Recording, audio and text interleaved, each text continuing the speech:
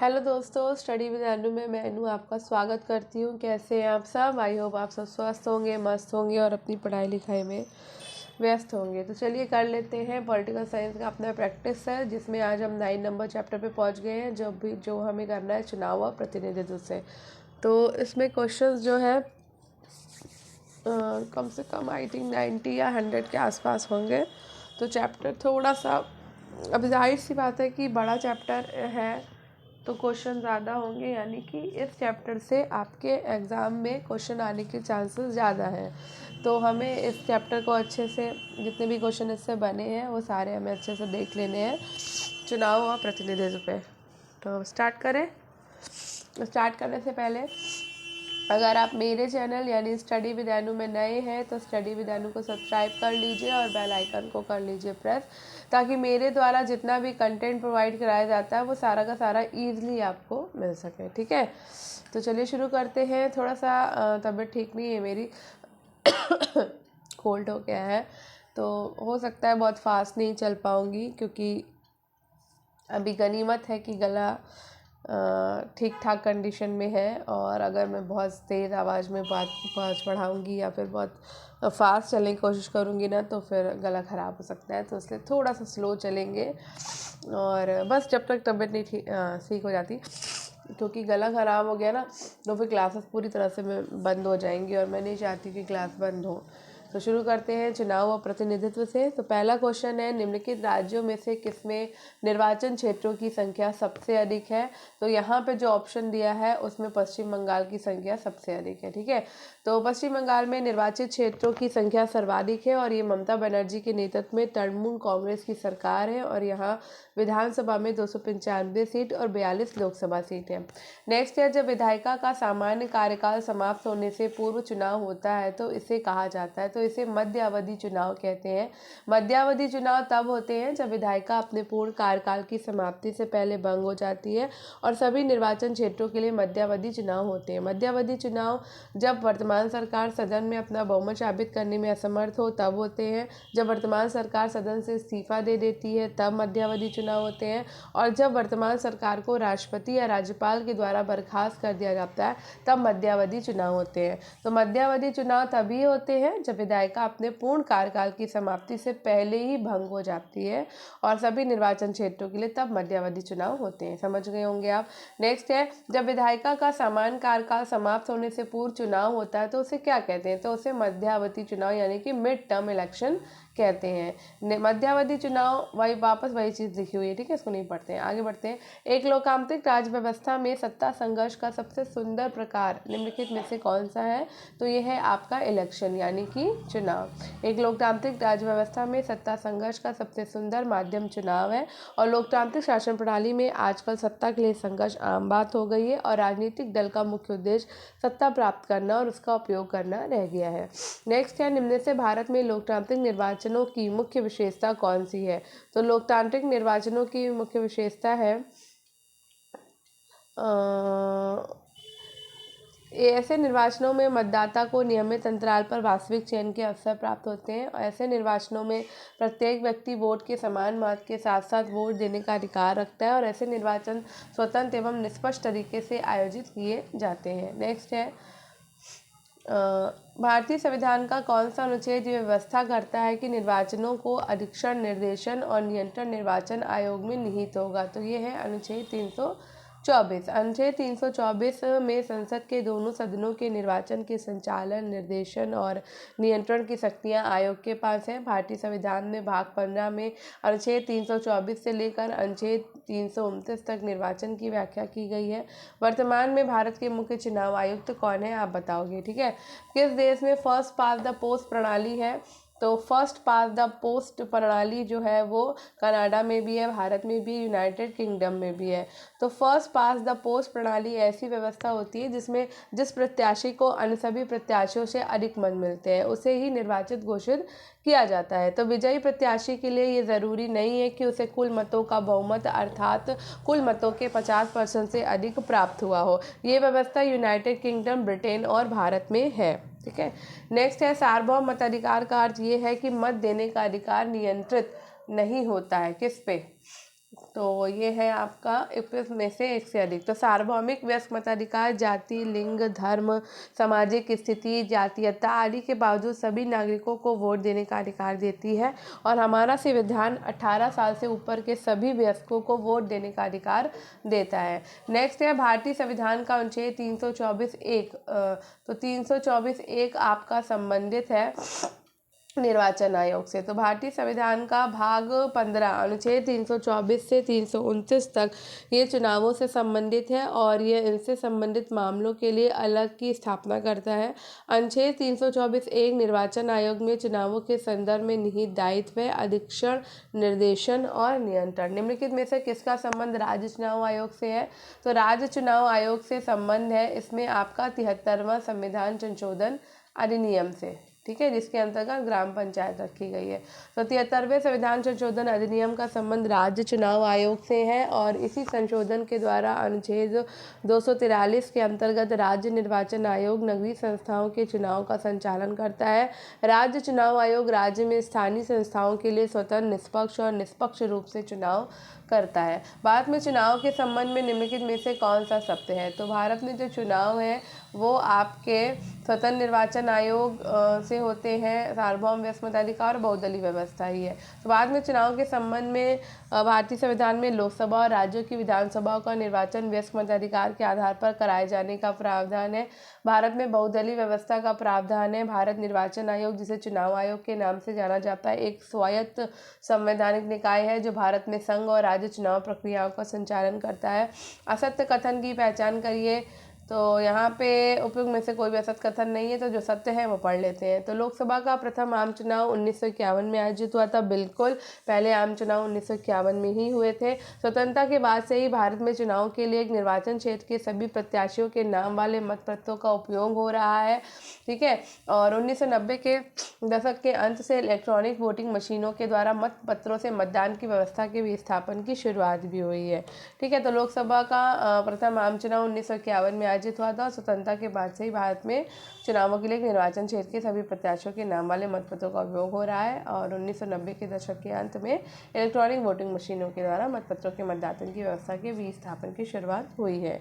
Next है भारत के प्रथम मुख्य चुनाव आयुक्त कौन थे? तो आप सभी को पता है, सुकुमार सेन थे। तो भारतीय सिविल सेवक श्री शिवकुमार सेन भारत के पहले मुख्य चुनाव आयुक्त थे और उन्होंने 1991, 52 और 1957 के आम चुनावों की निगरानी करी। उन्हें पद्म भूषण से सम्मानित किया गया है। वे 1953 में सूडान के पहले मुख्य चुनाव आयुक्त भी थे। नेक्स्ट है भारत का निर्वाचन आयोग है। तो भारत का निर्वाचन आयोग जो है वो एक स्थायी संवैधानिक निकाय है, ठीक है। तो भारत का निर्वाचन आयोग एक स्थायी संवैधानिक निकाय है। इसका वर्णन भारतीय संविधान के अनुच्छेद 324 से 329 में किया गया है। भारतीय संविधान का अनुच्छेद 324 निर्वाचनों के लिए मतदाता सूची तैयार कराने और चुनाव के संचालन का अधीक्षण, निर्देशन और नियंत्रण का अधिकार स्वतंत्र निर्वाचन आयोग को देता है। भारत का निर्वाचन आयोग एक सदस्यीय या बहुसदस्यीय भी हो सकता है। 1989 तक निर्वाचन आयोग एक सदस्यीय था और 1989 के आम चुनावों के ठीक पहले 2 अन्य निर्वाचन आयुक्तों को नियुक्त कर इसे बहुसदस्यीय बना दिया गया। चुनाव के बाद उसे फिर एक सदस्यीय बना दिया गया है। 1998 में पुनः 2 निर्वाचन आयुक्तों की नियुक्ति हुई और निर्वाचन आयोग बहुसदस्यीय हो गया, तब से यह बहुसदस्यीय बना हुआ है। संविधान मुख्य निर्वाचन आयुक्त और निर्वाचन आयुक्तों के कार्यकाल की सुरक्षा देता है और इन्हें 6 वर्षों के लिए अथवा 65 वर्ष की आयु तक जो पहले खत्मों के लिए नियुक्त किया जाता है। नेक्स्ट है भारत का निर्वाचन आयोग है। तो भारत का निर्वाचन आयोग जो है वो एक स्वायत्त निकाय है, ठीक है, एक संवैधानिक निकाय है और 25 जनवरी 1950 को स्थापित किया गया था। तो भारतीय निर्वाचन आयोग एक स्थायी और स्वतंत्र निकाय है। भाग 15 अनुच्छेद 324 के अनुसार संसद, राज्य विधानमंडल, राष्ट्रपति, उपराष्ट्रपति के पदों के निर्वाचन के लिए संचालन, निर्देशन व नियंत्रण की जिम्मेदारी चुनाव आयोग की है। अतः चुनाव आयोग एक अखिल भारतीय संस्था है क्योंकि वो केंद्र और राज्य दोनों के लिए समान है। ये आयोग बहुसदस्यीय संस्था के तौर पे काम कर रही है, जिसमें 3 निर्वाचन आयुक्त, मुख्य निर्वाचन आयुक्त प्लस 2 अन्य निर्वाचन आयुक्त हैं। कार्यकाल 6 वर्ष से 65 वर्ष तक की आयु तक होता है। जो पहले हो, भारतीय चुनाव आयोग की स्थापना 25 जनवरी 1950 को की गई थी। भारत में मतदान की आयु 21 वर्ष से कम कर 18 वर्ष निम्नलिखित में से किस एक संवैधानिक संशोधन अधिनियम के द्वारा की गई है? तो ये की गई है आपके 61वें संवैधानिक संशोधन अधिनियम के द्वारा। 61वां संविधान संशोधन 1989 के द्वारा लोकसभा और विधानसभा चुनाव में मतदान की उम्र 21 वर्ष से घटाकर 18 वर्ष कर दी गई है। तो याद रखना है कि मतदान की उम्र 21 से घटा के 18 वर्ष कब की गई है? 61वें संविधान संशोधन, और ये कब हुआ था? 1989 में हुआ था। निम्नलिखित में से कौन से राज्य समूह में प्रत्येक राज्य की लोकसभा निर्वाचन क्षेत्रों की संख्या 40 से अधिक है? तो ये उत्तर प्रदेश की 80 है, महाराष्ट्र की 48 है, और बिहार की 40 है, पश्चिम बंगाल की 42 है, तमिलनाडु की 39 है। तो लोकसभा निर्वाचन क्षेत्रों की संख्या 40 से अधिक है। ठीक है, तो तमिलनाडु की नहीं है, बाकी सबकी तो है ही, है ना। भारत में मतदान व्यवहार को प्रभावित करने वाला सर्वाधिक महत्वपूर्ण कारक क्या है? भाषा है, धर्म है, या फिर जाति है? तो भैया भारत में ऐसे विभिन्न कारक मौजूद हैं जो भारत में मतदान व्यवहार को प्रभावित करते हैं। इनमें से कुछ हैं जाति, धर्म, भाषा, क्षेत्रवाद, मतदाता की आर्थिक स्थिति, धन की भूमिका और शिक्षा। कौन सा देश सार्वभौमिक व्यस्क मताधिकार का अनुसरण नहीं करता? तो ये आपका एस्टोनिया, फिजी और सऊदी अरब। ठीक है, तो सार्वभौमिक व्यस्क मताधिकार का अर्थ होता है कि जाति, वर्ग, रंग, धर्म, लिंग की परवाह किए बिना सभी व्यस्क नागरिकों को वोट देने का अधिकार होना चाहिए। 1928 में मोतीलाल नेहरू रिपोर्ट ने सार्वभौमिक व्यस्क मताधिकार और महिलाओं के लिए समान अधिकार प्रस्तुत किए। भारतीय राष्ट्रीय कांग्रेस 1931 में कराची में मौलिक अधिकारों में सार्वभौमिक व्यस्क मताधिकार की अवधारणा शामिल करी है, और 26 जनवरी 1950 को वर्तमान संविधान लागू होने पर भारत ने सार्वभौमिक व्यस्क मताधिकार को मंजूरी दे दी। 1989 में 61वां संशोधन अधिनियम ने मतदान की आयु 21 से घटाकर 18 वर्ष कर दी है। विद्यार्थियों को चुनाव की प्रक्रिया समझने के लिए निम्नलिखित में से कौन सी विधि सबसे उपयुक्त है? तो सबसे उपयुक्त विधि है कच्चा प्रतिनिधि के चयन हेतु चुनाव कराना। विद्यार्थियों को चुनाव की प्रक्रिया समझाने के लिए कक्षा प्रतिनिधि के चयन हेतु चुनाव कराना उपयुक्त विधि होगी। नेक्स्ट है फर्स्ट पास द पोस्ट प्रणाली। जो सबसे आगे वही जीते में वही प्रत्याशी विजेता घोषित किया जाता है जो चुनाव क्षेत्र के अन्य उम्मीदवारों से ज़्यादा मत हासिल करता है। तो फर्स्ट पास द पोस्ट प्रणाली इस मतदान प्रक्रिया के तहत एक निर्वाचन क्षेत्र में सबसे अधिक वोट पाने वाले उम्मीदवार की विजेता घोषित किया जाता है। इस प्रणाली का उपयोग भारत में लोकसभा और राज्य विधानसभाओं के सीधे चुनाव कराने के लिए किया जाता है। इस प्रक्रिया का विजेता वो उम्मीदवार होता है जो चुनाव आयोग द्वारा मूल्यांकन किए गए प्रत्येक निर्वाचन क्षेत्र के लिए सबसे अधिक वोट प्राप्त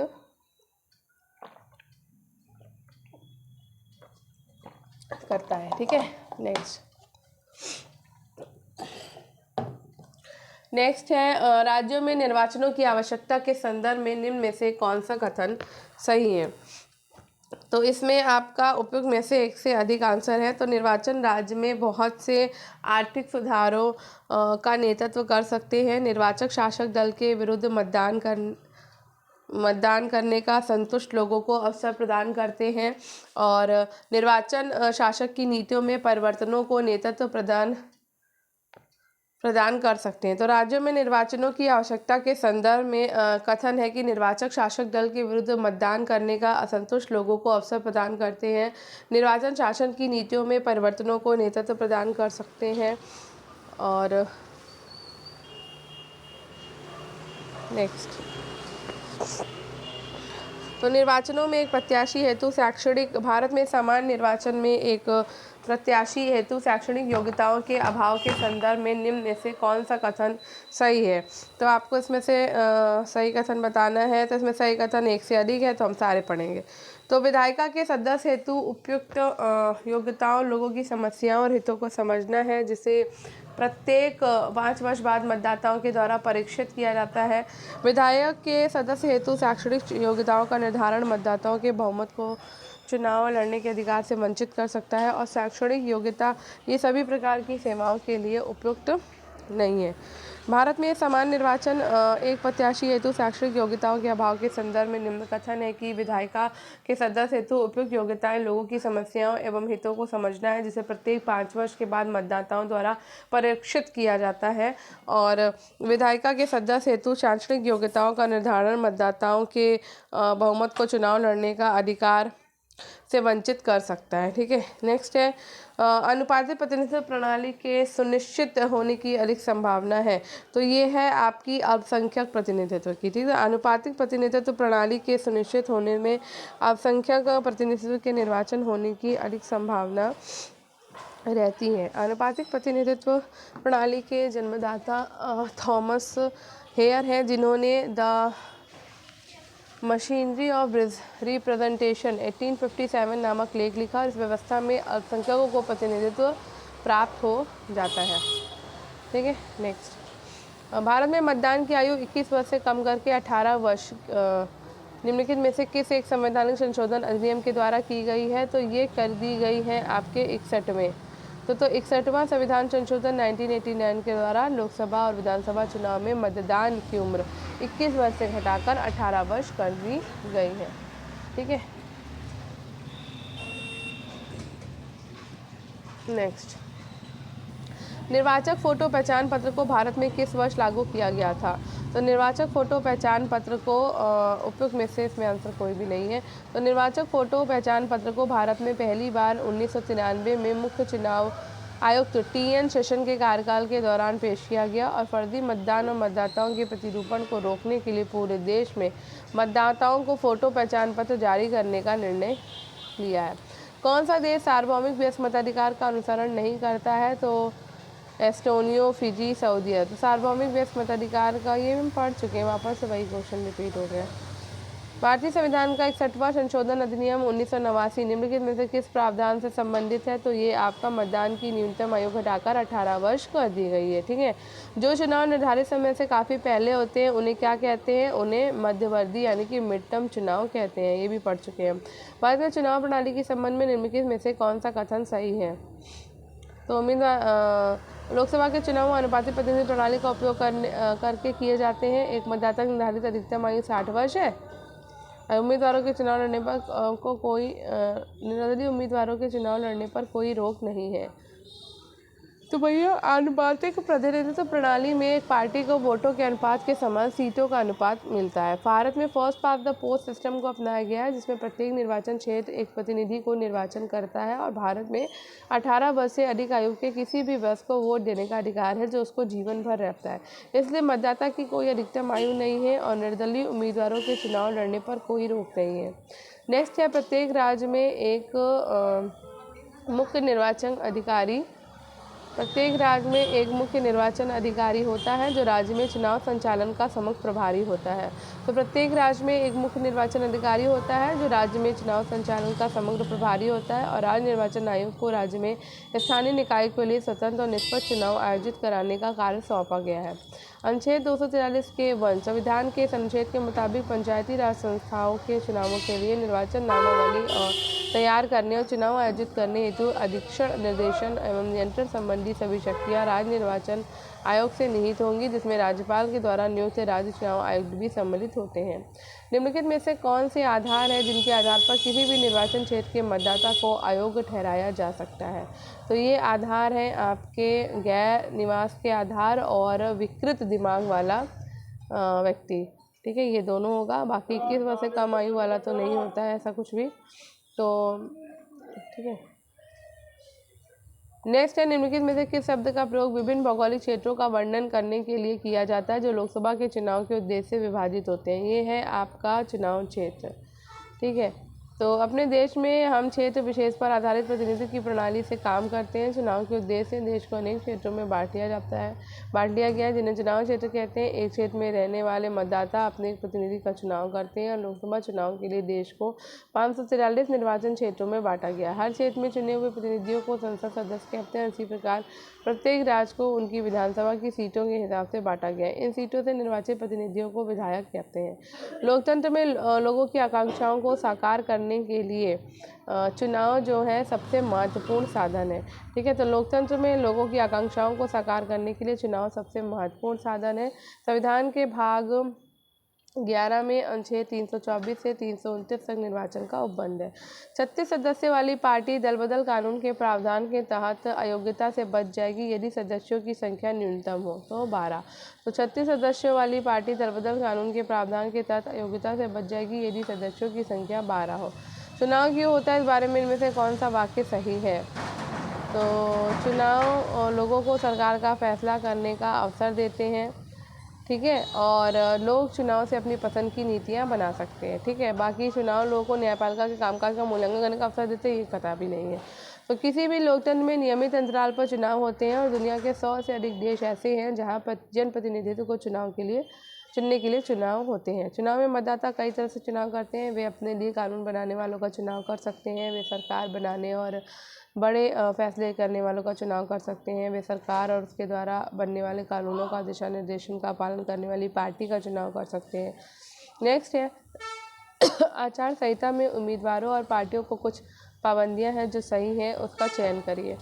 तो चुनाव प्रचार के लिए किसी धर्मस्थल के उपयोग पर जो है पाबंदी लगी हुई है कि आप किसी भी धर्मस्थल का उपयोग नहीं कर सकते हैं, ठीक है। तो हमारे देश की सभी राजनीतिक पार्टियों ने चुनाव प्रचार किया आदर्श आचार संहिता को भी स्वीकार किया है। इसमें उम्मीदवारों और पार्टियों को ये सब करने की मनाही है। चुनाव प्रचार के लिए किसी धर्मस्थल का उपयोग, सरकारी वाहन, विमान या अधिकारियों का चुनाव में उपयोग, चुनाव की अधिघोषणा हो जाने के बाद मंत्री किसी बड़ी योजना का शिलान्यास, बड़े नीतिगत फैसले या लोगों की सुविधाएं देने वाले वायदे नहीं कर सकते हैं, ठीक है। नेक्स्ट है, इन कथनों को ध्यान से पढ़ें। तो कोई भी भारतीय नागरिक 18 वर्ष की उम्र से ही वोट डालने का अधिकारी हो जाता है और भारतीय नागरिकों की चुनाव में उम्मीदवार बनने की कोई न्यूनतम उम्र नहीं है। तो आंसर एक सही है और 2 गलत है। तो कोई भी भारतीय नागरिक 18 वर्ष की कम उम्र से ही वोट डालने का अधिकारी हो जाता है। जो कोई व्यक्ति मतदाता है वो उम्मीदवार भी हो सकता है। सिर्फ एक फ़र्क ये है कि कोई भी व्यक्ति 18 वर्ष की उम्र से ही वोट डालने का अधिकारी हो जाता है, जबकि उम्मीदवार बनने की न्यूनतम आयु 25 वर्ष है। लोकतांत्रिक देश में चुनाव स्वतंत्र और निष्पक्ष ढंग से कराए जाने चाहिए। कारण है कि राजनीतिक पार्टी अपने सदस्यों का चुनाव अपनी इच्छा के आधार पर करा सके।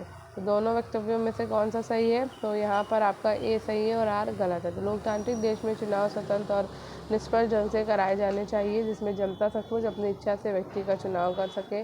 राजनीतिक पार्टी अपने सदस्यों का चुनाव अपनी इच्छा के आधार पर नहीं करा सके, ठीक है। नेक्स्ट है, चुनावी कदाचारों पर निम्नलिखित में से कौन सा कथन प्रतिभारित है? तो ये उपयुक्त में से कोई नहीं। तो हमारे देश की सभी राजनीतिक पार्टियों ने चुनाव प्रचार की आदर्श आचार संहिता को भी स्वीकार किया है, जिसमें उम्मीदवारों और पार्टियों को ये सब करने की मनाही है। चुनाव प्रचार के लिए किसी धर्मस्थल का उपयोग, सरकारी वाहन, विमान या अधिकारियों का चुनाव में उपयोग, चुनाव की अधिघोषणा हो जाने के बाद मंत्री किसी बड़ी योजना का शिलान्यास, बड़े नीतिगत फैसले या लोगों की सुविधाएं देने वाले वायदे नहीं कर सकते। राष्ट्रीय वोटर दिवस कब मनाया जाता है? तो राष्ट्रीय वोटर दिवस आपका 25 जनवरी को मनाया जाता है, ठीक है, याद रखिएगा। नेक्स्ट, अरे एक सेकेंड। तो राष्ट्रीय वोटर दिवस 25 जनवरी को मनाया जाता है। भारत निर्वाचन आयोग 25 जनवरी 1950 की स्थापना के चिन्हित करने के लिए वर्ष 2011 से प्रतिवर्ष देश भर में ये दिवस मनाया जाता है। और इस दिवस का मुख्य उद्देश्य है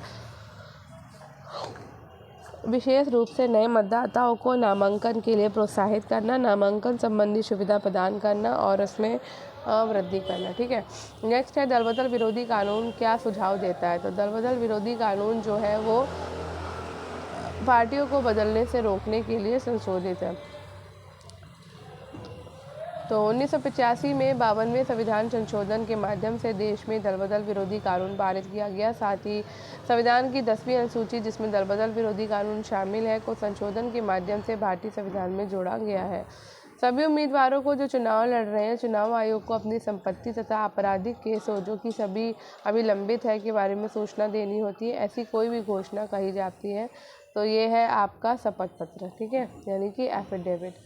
तो सर्वोच्च न्यायालय के निर्णय के चुनाव आलोक में चुनाव लड़ रहे प्रत्येक उम्मीदवार को अपनी संपत्ति एवं आपराधिक केस के बारे में शपथ पत्र में सही एवं पूर्ण जानकारी देना आवश्यक है। और इस शपथ पत्र को फॉर्म संख्या 26 कहा जाता है। निष्ठा परिवर्तन कर यदि एक व्यक्ति अपनी पार्टी छोड़कर अन्य पार्टी के टिकट पर चुनाव लड़ता है तो जाना जाता है, क्या जाना जाता है? तो ये जाना जाता है आपका दल बदल का अर्थ होता है एक दल को छोड़कर दूसरे दल में सम्मिलित होना, ठीक है। तो ये दल बदल जाना जाता है। तो चुनाव पूर्व चुनाव में किसी पार्टी द्वारा निर्वाचित होने के बाद दोनों स्थितियों में संभव है। 52वें संविधान संशोधन अधिनियम द्वारा 1985 में संविधान में 10वीं अनुसूची को जोड़ा गया और इसके द्वारा दल बदल प्रभावी रोक व नियंत्रण की व्यवस्था की गई है। नेक्स्ट है आपका उम्मीदवार। वे उम्मीदवार हैं जो चुनाव लड़ते हैं लेकिन किसी राजनीतिक पार्टी से संबद्ध नहीं होते, तो स्वतंत्र उम्मीदवार, ठीक है। तो चुनाव में ऐसे उम्मीदवार जिनका जुड़ाव किसी भी राजनीतिक दल से नहीं होता वे स्वतंत्र उम्मीदवार कहलाते हैं और उन्हें निर्दलीय उम्मीदवार भी कहा जाता है। चुनाव जीतने के बाद ये अपने लाभ के अनुसार किसी भी राजनीतिक दल का समर्थन कर सकते हैं। नेक्स्ट है भारत में डैश के चुनाव फर्स्ट पास द पोस्ट चुनाव प्रणाली का उपयोग करके कराए जाते हैं।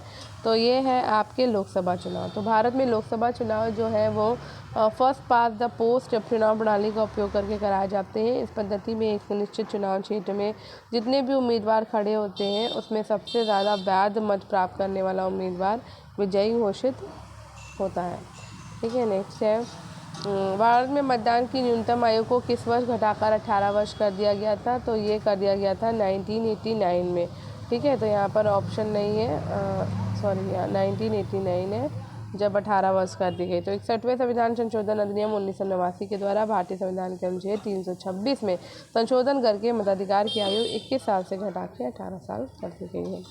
और भारत में चुनावों के संबंध में निम्न में से कौन सा कथन सही है। तो भारत में केवल 2 प्रमुख दल चुनाव में भाग लेते हैं, भारत में पंचायत का चुनाव नहीं होता।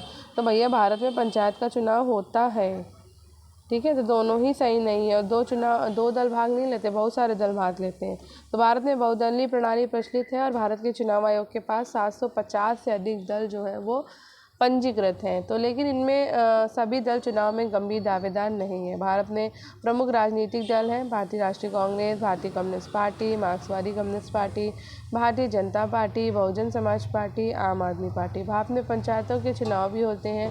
ग्राम पंचायतों को वार्डों में विभाजित किया जाता है और प्रत्येक वार्ड से एक सदस्य का चुनाव किया जाता है जिसे पंच या पंचायत सदस्य कहा जाता है, जो सीधे ग्रामीणों के द्वारा चुने जाते हैं। किसी सदस्य की मृत्यु या इस्तीफे से खाली हुए स्थान के लिए जब चुनाव होता है तो उसे कहते हैं उपचुनाव, ठीक है। जब किसी सदस्य की मृत्यु या इस्तीफे के कारण सीट खाली स्थान रिक्त होता है तब उस रिक्त पद को भरने के लिए उपचुनाव कराया जाता है। निम्नलिखित देशों में से किसमें स्वतंत्र और निर्भय चुनाव हुए हैं। तो ये आपके कनाडा में हुए हैं। कनाडा में स्वतंत्र और निष्पक्ष चुनाव हुए जबकि अन्य देशों में सेना और उग्रवादी समूहों का हस्तक्षेप चुनाव में बना रहा है। राष्ट्रीय मतदाता दिवस कब मनाया जाता है। तो राष्ट्रीय मतदाता दिवस 25 जनवरी को मनाते हैं। 25 जनवरी 1950 को भारत निर्वाचन आयोग की स्थापना हुई थी और 2011 में इसी दिन को यानी 25 जनवरी को राष्ट्रीय मतदाता दिवस के रूप में मनाया जाता है। नेक्स्ट है निर्वाचन प्रक्रिया में मतदाताओं के लिए उपलब्ध विकल्पों के संदर्भ में निम्नलिखित कथनों पर विचार कीजिए, सही उत्तर का चुनाव करिए। तो यहाँ पर आपका सही उत्तर है मतदाता इसका चयन कर सकते हैं कि उनके लिए विधि निर्माता कौन होगा, ठीक है। नेक्स्ट है भारत में चुनाव प्रचार के लिए आदर्श आचार संहिता को निम्नलिखित विशेषताओं का सही विकल्प को चुनिए। तो भारत में चुनाव प्रचार के आदर्श आचार संहिता लागू होने पर निम्न कार्य नहीं कर सकते हैं। चुनाव प्रचार के लिए किसी धर्मस्थल का उपयोग नहीं कर सकते। सरकारी वाहन, विमान या अधिकारियों का चुनाव में उपयोग। चुनाव की यदि घोषणा हो जाने के बाद मंत्री किसी बड़ी योजना का शिलान्यास, बड़े नीतिगत फैसले या लोगों की सुविधाएं देने वाले वायदे नहीं कर सकते।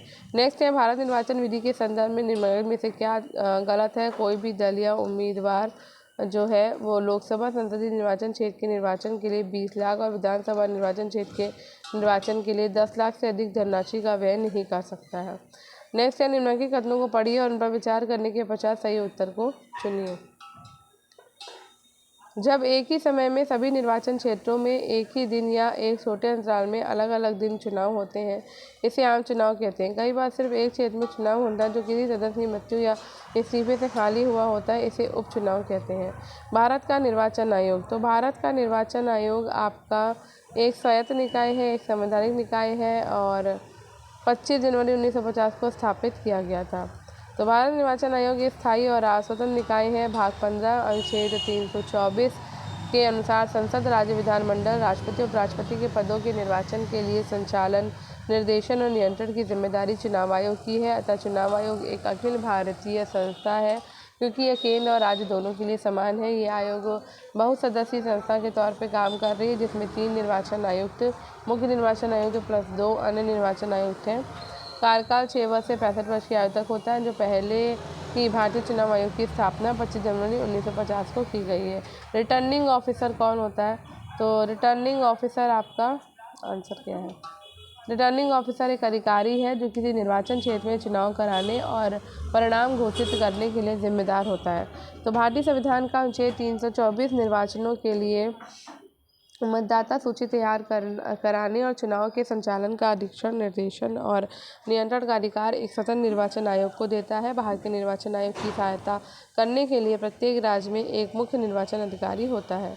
भारत में मुख्य चुनाव आयोग को नियुक्त करने के लिए कौन उत्तरदायी है? तो ये उत्तरदायी हैं आपके भारत के राष्ट्रपति। तो भारत के निर्वाचन आयोग का वर्णन भाग 15 में अनुच्छेद 324 से 329 तक है। अनुच्छेद 324 के खंड 2 के अनुसार निर्वाचन आयोग मुख्य निर्वाचन आयुक्त तथा अन्य आयुक्तों से मिलकर बनेगा और इनकी नियुक्ति राष्ट्रपति के द्वारा की जाएगी। निर्वाचन आयोग एक स्वायत्त एवं अर्ध न्यायिक संस्था है, जिसका गठन भारत में 25 जनवरी 1950 को भारत के प्रातिनिधिक संस्थानों में स्वतंत्र और निष्पक्ष प्रतिनिधि चुनने के लिए किया जाता है। मुख्य चुनाव आयुक्त का कार्यकाल 6 वर्ष या 65 साल या जो भी पहले हो, या अन्य चुनाव आयुक्तों का कार्यकाल 6 वर्ष या आयु 62 साल जो पहले हो का होता है। ठीक है, नेक्स्ट है भारत में राष्ट्रपति निर्वाचन डैश के द्वारा किया जाता है। तो भारत में राष्ट्रपति निर्वाचन जो है वो निर्वाचक गण के सदस्यों के द्वारा किया जाता है। तो अनुच्छेद 54 के अनुसार भारत के राष्ट्रपति का चुनाव एक निर्वाचक गण के द्वारा किया जाता है और भारत के राष्ट्रपति का चुनाव गुप्त मतदान द्वारा किया जाता है। यह आनुपातिक प्रतिनिधित्व प्रणाली के अनुसार एकल संक्रमणीय मत पद्धति और गुप्त मतदान का उपयोग करके एक निर्वाचक मंडल के द्वारा चुना जाता है। निर्वाचक मंडल निम्नलिखित सदस्यों से बनता है और संसद के दोनों सदनों के निर्वाचित सदस्य, राज्यों की विधानसभाओं के निर्वाचित सदस्य और केंद्र शासित प्रदेशों दिल्ली और पुडुचेरी विधानसभाओं के निर्वाचित सदस्य 70वें संवैधानिक संशोधन अधिनियम 1992 के द्वारा।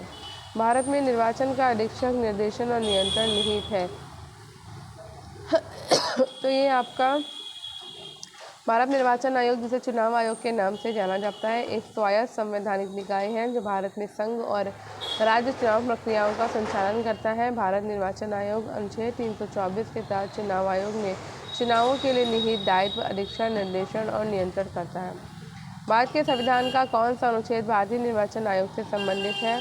तो ये है आपका अनुच्छेद 324। भारतीय संविधान का अनुच्छेद 324 भारतीय निर्वाचन आयोग से संबंधित है। चुनाव के उद्देश्यों से विभिन्न चुनाव क्षेत्रों के परिसीमन का आधार है। तो ये है आपका जनसंख्या। लोकसभा और राज्य विधानसभा सीटों की सीमाओं को पुनर्निर्धारित करने के कार्य को परिसीमन कहते हैं, जिसका उद्देश्य परिवर्तित जनसंख्या का समान प्रतिनिधित्व तय करना होता है। परिसीमन का मुख्य उद्देश्य जनसंख्या के समान खंडों को समान प्रतिनिधित्व प्रदान करना है। इसका लक्ष्य भौगोलिक क्षेत्रों का उचित विभाजन करना भी है, ताकि चुनाव में एक राजनीतिक दल को दूसरे पर अनुपयुक्त लाभ की स्थिति प्राप्त न हो।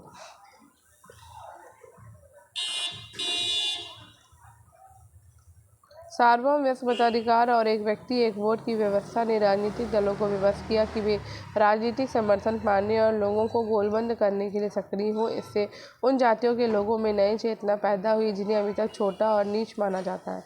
बाद में राजनीतिक दलों को चिन्ह आवंटन का निर्णय कौन देता है? तो ये आपका निर्वाचन आयोग जो है देता है। ठीक है, सभी नागरिकों को मतदान के लिए अवसर को कहते हैं। तो सभी नागरिकों को मतदान के लिए अवसर को कहते हैं सार्वजनिक मताधिकार। ठीक है, तो सभी नागरिकों को मतदान के लिए अवसर को सार्वजनिक मताधिकार या सार्वभौमिक व्यस्क मताधिकार कहते हैं। तारकुंडे समिति की सिफारिश पर 61वां संविधान संशोधन 1989 के द्वारा मताधिकार की आयु को 21 वर्ष से घटाकर 18 वर्ष कर दिया गया है। नेक्स्ट है भारतीय संविधान का कौन सा अनुच्छेद ये व्यवस्था करता है कि निर्वाचनों को अधीक्षण, निर्देशन और नियंत्रण निर्वाचन आयोग में निहित होगा? तो ये 324 है। ठीक है, नेक्स्ट है कार्यात्मक प्रतिनिधित्व का मतलब है। तो कार्यात्मक प्रतिनिधित्व का मतलब होता है पेशे के आधार पर प्रतिनिधित्व। कार्यात्मक प्रतिनिधित्व का मतलब है कि विभिन्न व्यवसायों या कार्यों से संबंधित लोगों को इसी आधार पर अपने प्रतिनिधियों को चुनने की इजाज़त होना। उदाहरण के लिए जो लोग औद्योगिक क्षेत्र में कार्यरत हैं वे औद्योगिक नीति पर अपना मत देंगे, जो कृषि क्षेत्र में कार्यरत हों लोग हैं कृषिगत नीतियों पर अपना मत देंगे और अन्य नीतियों पर उनसे राय नहीं ली जाएगी। सांप्रदायिक प्रतिनिधित्व इसका अस्तित्व मान कर चलता है। तो किसका अस्तित्व मानकर चलता है? अलग निर्वाचक गण का। तो सांप्रदायिक प्रतिनिधित्व में संप्रदाय के आधार पर निर्वाचक गण तय किया जाता है। जैसे मुस्लिम प्रत्याशी को मुस्लिम मतदाता ही निर्वाचित करेंगे। ठीक है, नेक्स्ट है सांप्रदायिक प्रतिनिधित्व का मतलब है। तो सांप्रदायिक प्रतिनिधित्व का मतलब होता है धर्म के आधार पर प्रतिनिधित्व। ठीक है, तो सांप्रदायिक प्रतिनिधित्व का अर्थ है धर्म के आधार पर प्रतिनिधित्व देना। और इस प्रकार के प्रतिनिधित्व का उदाहरण ब्रिटिश भारत में 1909 के मार्ले मिंटो सुधार अधिनियम में देखा गया था, और जहां संप्रदाय के आधार पर मुस्लिमों को अलग से प्रतिनिधित्व किया गया था। ठीक है, नेक्स्ट है क्या है संचयी वेटिंग योजना में मतदाता जितनी सीटें हैं उनके मत दे सकता है, जिसमें मतदाता को अपनी पसंद के अनुसार अपने सारे मत एक उम्मीदवार को या उन्हें 2 या अधिक उम्मीदवारों में बांटना है। ठीक है, नेक्स्ट है संचयी प्रणाली। ये भी प्रतिनिधित्व का अनुपातिक तरीका है जिसमें निर्वाचन क्षेत्र बहुसदस्यीय होता है, और इस प्रणाली में मतदाता के समक्ष ये विकल्प उपस्थित होता है कि वो किसी एक प्रत्याशी को अपना समूचा वोट दे सकता है या अपने मतों को विभिन्न प्रत्याशियों के मध्य जो है वो बांट सकता है। नेक्स्ट है सूची पद्धति में होते हैं। तो सूची पद्धति में आपके जो है वो होते हैं। तो सूची प्रणाली में पूरे देश को एक निर्वाचन क्षेत्र मान लिया जाता है, जिसमें दलों के द्वारा उम्मीदवारों को एक सूची का निर्माण होता है जो मतदाताओं के समक्ष प्रस्तुत की जाती है, और ये आनुपातिक प्रतिनिधित्व का सबसे बेहतर तरीका है क्योंकि इसमें दलों की मतों के अनुपात में सीटें प्राप्त हो जाती हैं। सूची प्रणाली अपनाने वाले देश हैं इजराइल, यूरोप के अधिकांश देश जो हैं वो बेल्जियम, लग्जमबर्ग, जर्मनी, स्विट्ज़रलैंड जैसे देशों में लागू है। ठीक है, आगे बढ़ते हैं। नेक्स्ट है आपका अल्पसंख्यक प्रतिनिधित्व का मतलब है।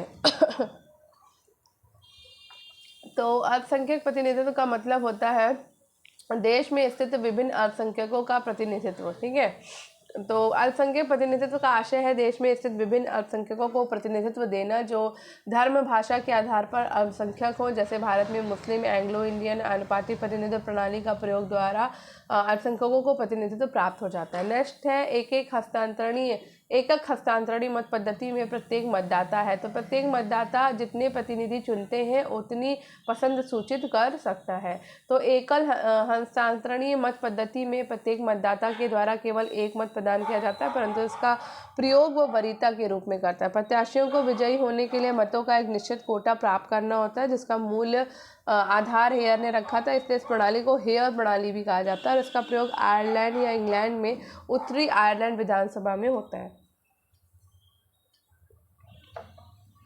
नेक्स्ट है संयुक्त निर्वाचक गण वो पद्धति है जिसमें किसी के लिए भी सीटें आरक्षित नहीं की जाती हैं।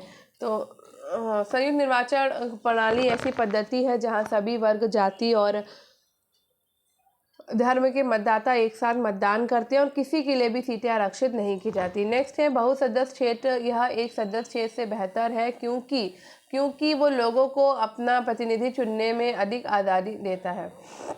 बहुसदस्य निर्वाचन क्षेत्र ऐसी प्रणाली है जिसमें एक से अधिक सदस्य चुने जाते हैं और जनता के पास विकल्प होता है, जबकि एक सदस्यीय निर्वाचन क्षेत्र में केवल एक सदस्य का चुनाव किया जाता है।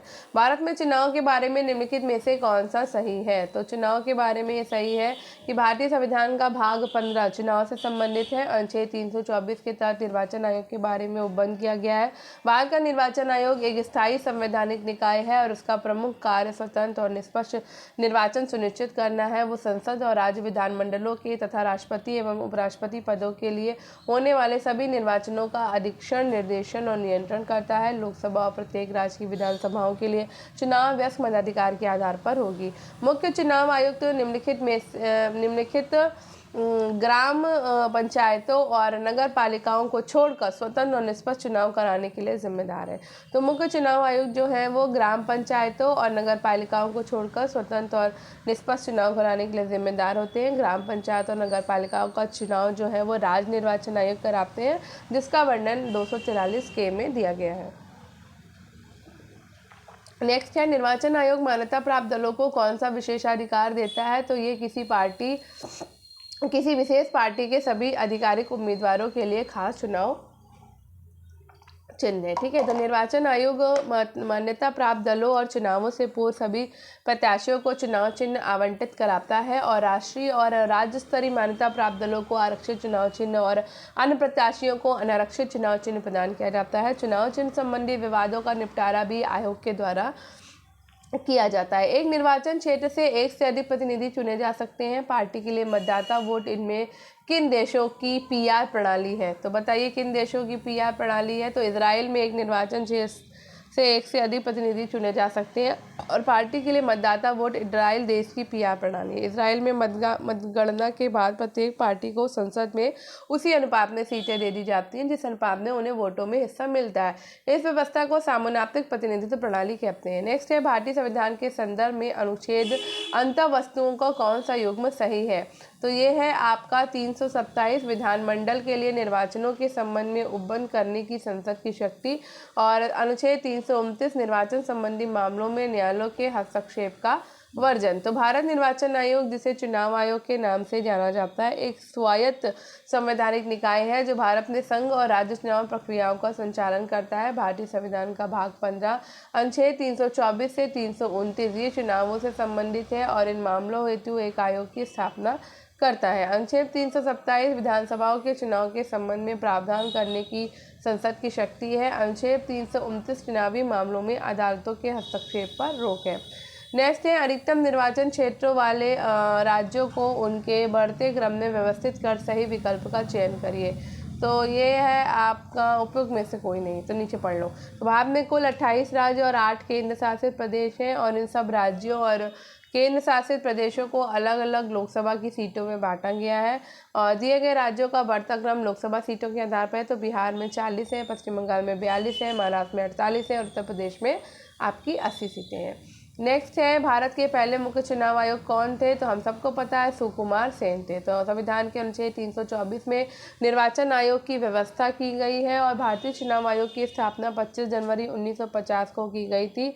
1989 में इसे 3 सदस्यीय निकाय बना दिया गया है। पुनः 1990 से 1993 तक एक सदस्यीय स्थायी तौर पर 1993 से निर्वाचन आयोग 3 सदस्यीय निकाय बन गया। वर्तमान में एक मुख्य चुनाव आयोग तथा 2 चुनाव आयुक्त निर्वाचन आयोग से नियुक्त किए जाते हैं। उनका कार्यकाल 6 वर्ष या 65 वर्ष की आयु तक जो पहले होता है। वर्तमान मुख्य चुनाव आयुक्त राजीव कुमार है। निर्वाचक की FPTP और PR प्रणाली का एक उदाहरण दे, तो ये क्रमशः भारत और इजराइल है।